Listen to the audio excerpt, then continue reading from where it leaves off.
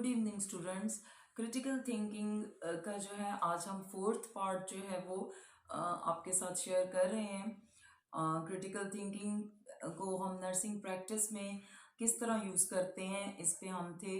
Trial and error हमने discuss कर लिया था। अभी हम डिस्कस करेंगे intuition. What is intuition? Intuition is a problem solving approach that relies on a nurses inner sense. यानी कि इंट्यूशन जो है वो नर्सेज के जो छठी हिस्स होती है या उनके कॉन्शियस के अलावा जो उनके सोचने समझने की सलाहियत होती है उसको कहते हैं। जैसे मिसाल के तौर पे जब हम नर्सिंग में बहुत अरसा गुजर जाता है हमारा, तो हमें पता चल जाता है कि एहसास हो जाता है कि इस पेशेंट की कंडीशन जो है वो ठीक नहीं है। हम वाइटल साइंस या उसके डॉक्यूमेंट्स देखे बगैर जो है हम अंदाज़ा लगा लेते हैं। तो इसको जो है इंट्यूशन कहते हैं। It is a legitimate aspect of a nursing judgment in the implementation of a care. ये चीज़ जो होती है, इंट्यूशन जो होती है नर्सिंग केयर में जो है बहुत ज़्यादा हेल्प करती है फैसले करने में, डिसीजन मेकिंग में, जजमेंट में। इंट्यूशन से जो है वो नर्सेज जो है वो काम लेती हैं। इंट्यूशन इज द अंडरस्टैंडिंग और learning of things without the conscious use of the reasoning. It are also known as six sense feeling और सस्पिशन। नर्सिस इंट्यूशन जो है हम नर्सिस के सीखने को, नर्सिस के समझने की सलाहियत को कहेंगे। छठी हिस्स को भी कह सकते हैं, सिक्स सेंस जैसे हम कहते हैं। इसमें कॉन्शियस का जो है अमल दखल नहीं होता। प्रैक्टिस कर करके उस सिचुएशन से गुजर के आप जो है इतने एक्सपीरियंस्ड हो जाते हो कि आप जो है डिसीजन मेकिंग बहुत आसानी से ले लेते हो और जो है स्टेप्स जो है वो आपको उठाने में कोई मसला नहीं होता, प्रॉब्लम्स को सॉल्व करने में कोई इशू नहीं होता। Clinical judgement. क्लिनिकल जजमेंट क्या है? Clinical judgment is in nursing is a decision making process to ascertain the right nursing actions to be implemented at the appropriate time in the client's care. Clinical judgment आप तभी सही तरीके से करते हो कि जब आप जो है प्रॉब्लम को जो है सही तरीके से अंदाज़ा उसका लगा लेते हो और स्टेप जो है जो आपने उस मसले को हल करने के लिए उठाना है वो आप ठीक टाइम पे लेते हो। मिसाल के तौर पे अगर आपने किसी को शॉर्टनेस ऑफ ब्रीदिंग है और आपने उसको ऑक्सीजन लगानी है और जिस वक्त उसको शॉर्टनेस ऑफ ब्रीदिंग है वो उस वक्त आप उसको ऑक्सीजन नहीं लगाते हो तो पेशेंट तो या एक्सपायर हो जाएगा या उसकी कंडीशन जो है और वर्स हो जाएगी। लेकिन अगर जो है जब वो उसकी कंडीशन ठीक है और आप फिर उसको ऑक्सीजन लगाते हो तो फिर तो ये जजमेंट जो है आपकी रॉन्ग हो जाएगी। तो क्लिनिकल जजमेंट जो है वो ठीक टाइम पे जज करना है और जो है राइट डिसीजन लेना है आपने राइट टाइम पे। The nurse must first have the knowledge base necessary to practice in the clinical area and then use that knowledge in clinical practice. इन सब डिसीजंस को लेने के लिए नर्स का नॉलेज जो होना है वो बहुत ज़्यादा ज़रूरी है। नर्स का जो है एक्सपीरियंस होना बहुत ज़्यादा ज़रूरी है। तभी जो है आप जो है अच्छे तरीके से इस नॉलेज को अपनी क्लिनिकल प्रैक्टिस में अमल दरामद आप उस पर कर सकते हो और जो है आप अपनी जजमेंट जो है वो क्लिनिकल जजमेंट जो है वो सही तरीके से कर सकते हो। Clinical experience allow the nurse to recognize cues and patterns and begins to reach correct conclusions. Clinical experiences जो होते हैं वही आपको जो है आपकी रहनुमाई करते हैं कि आपने किस पेशेंट को किस वक्त आपने कौन सी नर्सिंग केयर देनी है या आपने कौन सा स्टेप उठाना है, ये कौन से टाइम पे आप कौन सा टाइम ऐसा है कि जब आपने फिजिशियन को कॉल करनी है या अपनी सीनियर नर्स को कॉल करनी है। ये सब चीज़ें जो है आपको क्लिनिकल एक्सपीरियंस के साथ आती हैं। What is research process? Research process is a formalized, logical, systematic approach to problem solving. The classic quantitative research process is most useful when the researcher is working in a controlled situation. Professionals often working with people. Students जो है हम research जो है उसको भी critical thinking में जो है क्रिटिकल थिंकिंग जो है रिसर्च प्रोसेस में भी यूज होती है। कि रिसर्च प्रोसेस क्या है? रिसर्च प्रोसेस एक बिल्कुल फॉर्मल तरीका है, एक सिस्टमैटिक तरीका है, लॉजिकल, आपके पास उसका एविडेंस होता है। आप क्या इस्तेमाल करते हो इसको? प्रॉब्लम सॉल्विंग के लिए इस्तेमाल करते हो। मिसाल के तौर पे हम क्वांटिटेटिव रिसर्च कब यूज करते हैं? उस वक्त यूज करते हैं कि जब सिचुएशन आपकी कंट्रोल्ड होती है, जब आपको जो है अपनी पॉपुलेशन का पता होता है कि हमने क्या चीज जो है वो रिसर्च करनी है। ज्यादातर जो है हेल्थ प्रोफेशनल्स जो है वो क्वांटिटेटिव रिसर्च में इंटरेस्टेड होते हैं। For example, unlike many experiments with animals in which the environment can be strictly regulated, the effects of diet on health in human are complicated by a person's genetic variations, lifestyle and personal preferences. However, it is becoming increasingly important for nurses to identify evidence that support effective nursing care. One critical source of this evidence is research. मिसाल के तौर पर जो है हम जो है animals पे रिसर्च करते हैं, एनवायरनमेंट पे रिसर्च करते हैं, इंसानों पे रिसर्च करते हैं कि ख़ास किस्म की खुराक जो है वो इंसान पे किस तरह असरअंदाज होती है, कैसे जो है जेनेटिक फैक्टर्स जो हैं वो इंसान की हेल्थ पे किस तरह असरअंदाज होते हैं, इंसान का ज़िंदगी गुजारने का जो है तरीक़ाकार और बहुत सी इंसान की जो पर्सनल प्रायोरिटीज़ होती हैं वो किस तरह असरअंदाज होती हैं।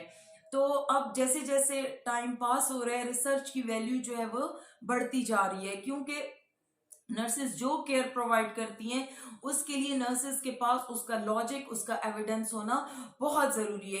इसलिए जो है आजकल एविडेंस बेस्ड प्रैक्टिस को प्रेफरेंस दी जाती है और क्रिटिकल थिंकिंग जो है एविडेंस बेस्ड प्रैक्टिस के लिए बहुत ज़रूरी है।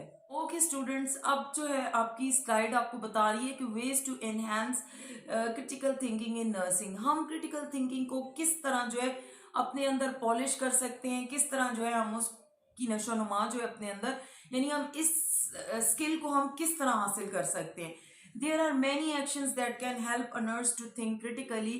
5 इंपॉर्टेंट एक्शंस आर, बहुत से तरीकेकार हैं कि जिसके साथ आप अपनी क्रिटिकल थिंकिंग को जो है एनहांस कर सकते हो।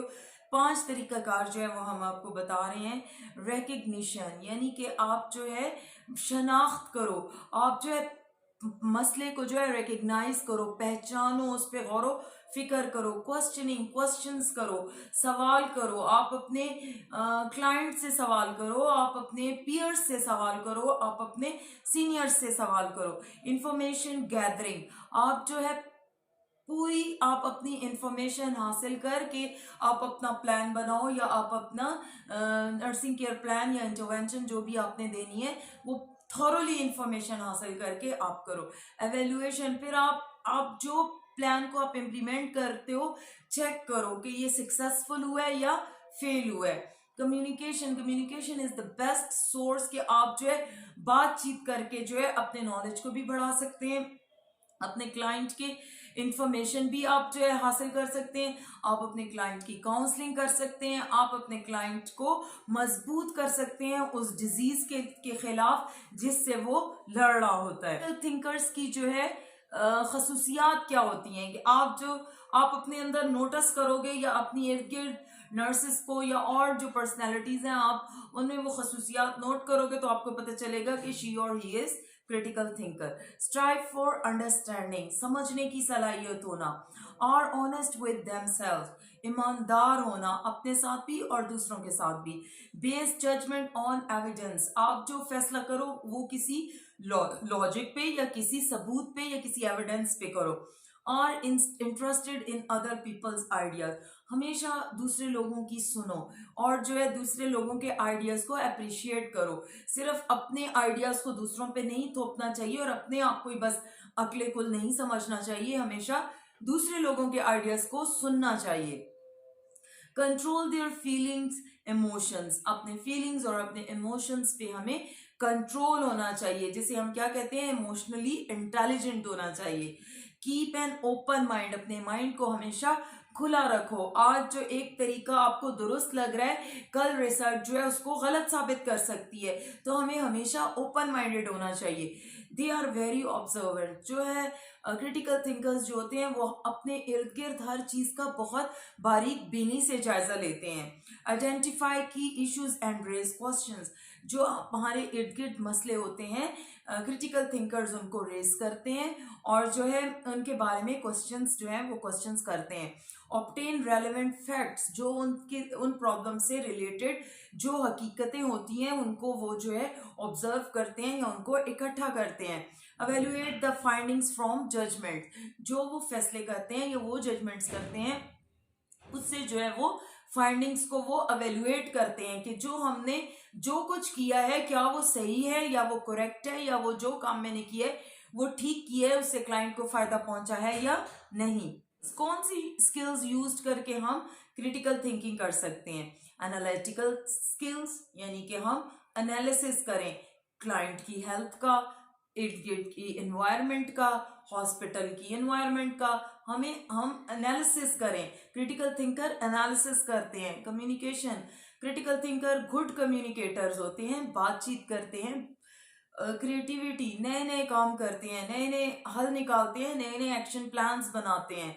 ओपन माइंडेड, तासुब पसंद नहीं होते, अपने आप को सिर्फ राइट ख्याल नहीं करते, अपने माइंड को ओपन रखते हैं और जो साइंटिफिक रिसर्च रोजाना हो रही होती है उसको वो अपने नॉलेज में लेके आते हैं और उन पे अमल दरामद करते हैं। प्रॉब्लम सॉल्विंग, प्रॉब्लम को सिर्फ सुनते ही नहीं उसका हल निकालते हैं। आइडेंटिफाइंग बायसेस, जो इस तरह की चीजें होती हैं जो क्लाइंट को इरिटेट कर रही हों या आपके कोलीग्स को इरिटेट कर रही हों या नर्स को बजाते खुद इरिटेट कर रही हों, वो उसको आइडेंटिफाई करते हैं। What is analytical skills? People with analytical skills can examine information and then understand what it means and what it represents. Analytical skills में के वाले लोग जो होते हैं वो जो इन्फॉर्मेशन उनको मिल रही होती है उसका जायजा लेते हैं, उसका मायना करते हैं, उसको समझते हैं, वो देखते हैं कि इससे क्या मतलब निकलता है और हम इसको किस तरह हम इसको हैंडल कर सकते हैं या किस तरह हम इसको पेश कर सकते हैं। आस्किंग थॉटफुल क्वेश्चंस, जो बेतुके क्वेश्चंस नहीं करते, जिन क्वेश्चंस में कुछ ना कुछ जिन क्वेश्चन से हासिल हो जाए वो वाले क्वेश्चंस करते हैं। डेटा एनालिसिस, जो इन्फॉर्मेशन आपको हासिल होती है उनका अच्छे तरीके से जायजा लेते हैं। इंफॉर्मेशन सीकिंग, हर वक्त जो है वो डेटा को कलेक्ट करने या मालूमात हासिल करने की ख्वाहिश होती है। इंटरप्रिटेशन, उन इंफॉर्मेशन से वो अपने अंदाजे या अपने जो प्रॉब्लम्स हैं वो उसमें से निकालते हैं। जजमेंट, उसके बारे में फैसला करते हैं। क्वेश्चनिंग एविडेंस, उसके सबूत हासिल करते हैं। रिकग्नाइजिंग डिफरेंसेस एंड सिमिलैरिटीज, जो वो केसेस से रोजाना गुजर रहे होते हैं उनमें क्या फर्क है और क्या बातें एक जैसी हैं, इसको जो है वो रिकग्नाइज करते हैं, उसको वो शनाख्त करते हैं। What is communication? Often you will need to share your conclusions with your employers or with a group of colleagues. You need to be able to communicate with others to share your ideas effectively. बाज़ वक़्त इस तरह होता है कि जो काम आपने किया होता है आपका दिल करता है कि ये अच्छी बातें या ये अच्छे काम हम अपने कुलीग्स के साथ शेयर करें या अपने साथ दूसरी नर्सेज हैं या हमारे से असिस्टेंट नर्सेज हैं हम उनको भी बताएं। तो इसके लिए जो है अपने ख्यालात को दूसरे तक पहुंचाने के लिए आपको अच्छे अल्फाज, अच्छी तरह से बातचीत करने का ढंग आना चाहिए और इसको हम क्या कहते हैं? इसको हम कम्युनिकेशन कहते हैं। असेसमेंट, कम्युनिकेशन में क्या होता है? असेसमेंट, आप पहले जो है असेस करते हो, अंदाजा लगाते हो, ऑब्जर्व करते हो। कोलैबोरेशन, एक दूसरे के साथ आप इस असेसमेंट को शेयर करते हो। फिर उसके बाद एक्सप्लेनेशन, उसको आप बयान करते हो।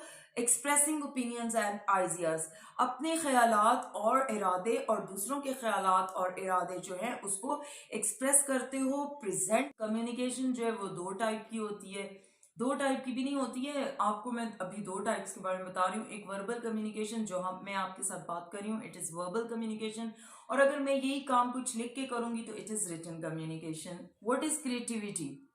Critical thinking often involves some level of creativity. You might need to spot patterns in the information you are looking at or come up with a solution that no one else has thought of before.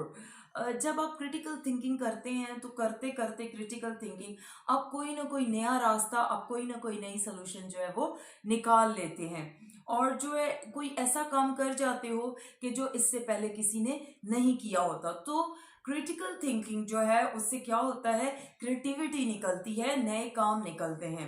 All of this involves a creative eye. इसमें जो है आप क्या कर, ये सब critical thinking किस तरह मुमकिन होती है कि अगर जो है आप एक क्रिएटिव आई रखते हो। कॉग्निटिव फ्लेक्सिबिलिटी, आप जो है आपके माइंड को जो है फ्लेक्सिबल होना चाहिए, यानी आपने जो नॉलेज ले ली है बस उस तक आप महदूद, आपकी ट्रेनिंग होगी तो आपने कहा बस नॉलेज जो है वो खत्म हो गया।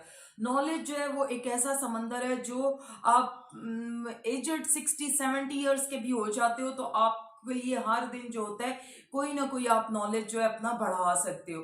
तो इसके लिए आपके अंदर फ्लेक्सिबिलिटी होनी चाहिए। कॉन्सेप्चुलाइजेशन, आपका जो है एक कॉन्सेप्ट होना चाहिए, आप उसको इमेजिन करके आप उसको अंडरस्टैंड कर से हो। क्यूरियोसिटी, इंटरेस्ट होना चाहिए। इमेजिनेशन, आप उन चीजों का ताना बाना अपने दिमाग में जो है वो सोच सकते हो। मेकिंग एब्स्ट्रैक्ट कनेक्शंस, जो आप सोच रहे हो आप उनके दरमियान जो है कनेक्शन पैदा कर सकते हो। प्रिडिक्टिंग, आप जो है सिचुएशन को प्रिडिक्ट करते हो कि अगर मैं इस तरह करूंगी या करूंगा तो ये हो सकता है, आप पहले से अंदाजा लगा सकते हो। सिंथेसाइजिंग, कुछ आप नए स्टेप्स जो है वो प्रोड्यूस कर सकते हो। विजनरी, आप जो है अच्छे काम जो है अच्छी सिचुएशन में कर सकते हो अपने क्लाइंट के लिए।